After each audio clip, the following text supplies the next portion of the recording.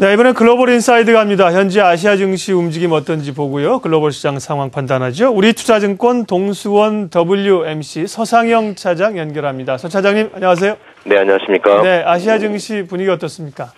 네, 미국 시장이 공장 주문이 우호적으로 나오고 키프로스 문제가 여타 채권단과의 합의 소식에 사상 최고치를 또 갱신을 했는데요.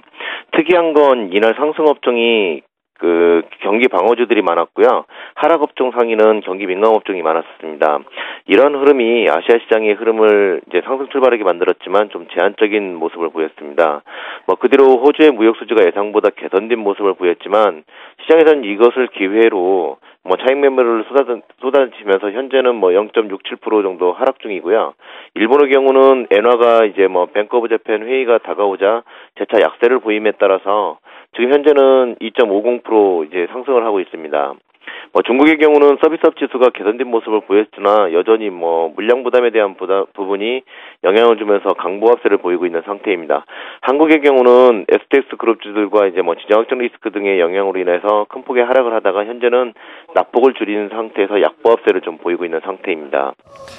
네, 아시아 증시에서도 우리 시장이 좀 약한 모습입니다. 일본은 어제 그제 약세했다 오늘 또 강하게 반등세로 돌려놓고 있습니다. 일본 통화정책회의를 앞두고 좀 기대감들이 있는 것 같습니다. 예, 유럽의 키프로스 사태는 이제 해결 국면으로 완전히 접어든 걸로 보이는가요? 어떻습니까, 보시기에? 네, 전일 키프로스 문제가 트로이카와 이제 합의를 하면서 해소된 것처럼 느껴질 수 있으나 이번 구제금융이 그리스와 마찬가지로 효과를 내지 못할 가능성이 있다는 점을 좀 생각해 봐야 될 것으로 판단되고 있습니다.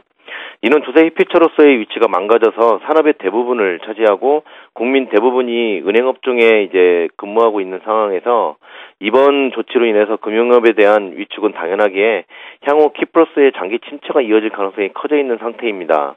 여기에 10만 유로 이하의 예금자들에 대한 보증을 정부가 책임지고 이번에 받는 구제금융은 여기에 사용할 수 없는 상태라는 점도 좀 부담스럽기만 하고요. 그리고 최근에 이제 뱅크런을 막기 위해서 정부의 방안인 하루 300유로 인출 한도, 기업들의 거래 규모는 5천 유로에서 이제 제한을 하고 있었다는 점. 물론 이제 어제 합의를 하면서 이 부분에 대해서는 완화를 해서 2만 5천 유로까지 이제 증액을 했지만 큰 의미는 없는 모습입니다. 그리고 여행자들도 1,000 유로까지만 가지고 나갈 수 있다는 점 등은 소액 현금 예금자들까지 발을 묶어놓게 만든 상태입니다. 그리고 이런 흐름이 나왔던 근본적인 원인은 재무장관들이 구제금융의 전제 조건으로 예금을 건드린 것인데 비록 독일의 쇼이블레 재무장관이 유럽 예금은 안전하다라고 얘기를 했지만 이는 이전에 예금에 대한 보증은 국가적으로 보장될 때만 좋은 것이라는 발언과 상충되는 등 정책 위반자들이 이번 예금 문제를 건드린 것에 대한 이제 이해를 못하고 있는 것으로 판단되고 있습니다. 즉 은행 예금은 이제 해당 은행과 정부 등의 보증기관이 보증할 때만 안전하다는 심리적인 위축은 자그마한 문제만 생겨도 이제 예금 인출 사태가 나올 수밖에 없고요. 키프로스를 비롯한 룩셈부르크, 슬로베니아 등도 이제 관심 있게 지켜봐야 될 것으로 판단되고 있습니다. 즉 이탈리아 문제가 다시 부각이 되거나 스페인 국제 문제 같은 경우가 부각이 된다라면 은행에서의 뱅크런 사태가 발생할 가능성도 상당히 커져 있는 상황이라고 볼 수 있습니다. 예. 매듭이 되어지는 것 같지만 불씨도 좀 남아있다는 말씀이고요.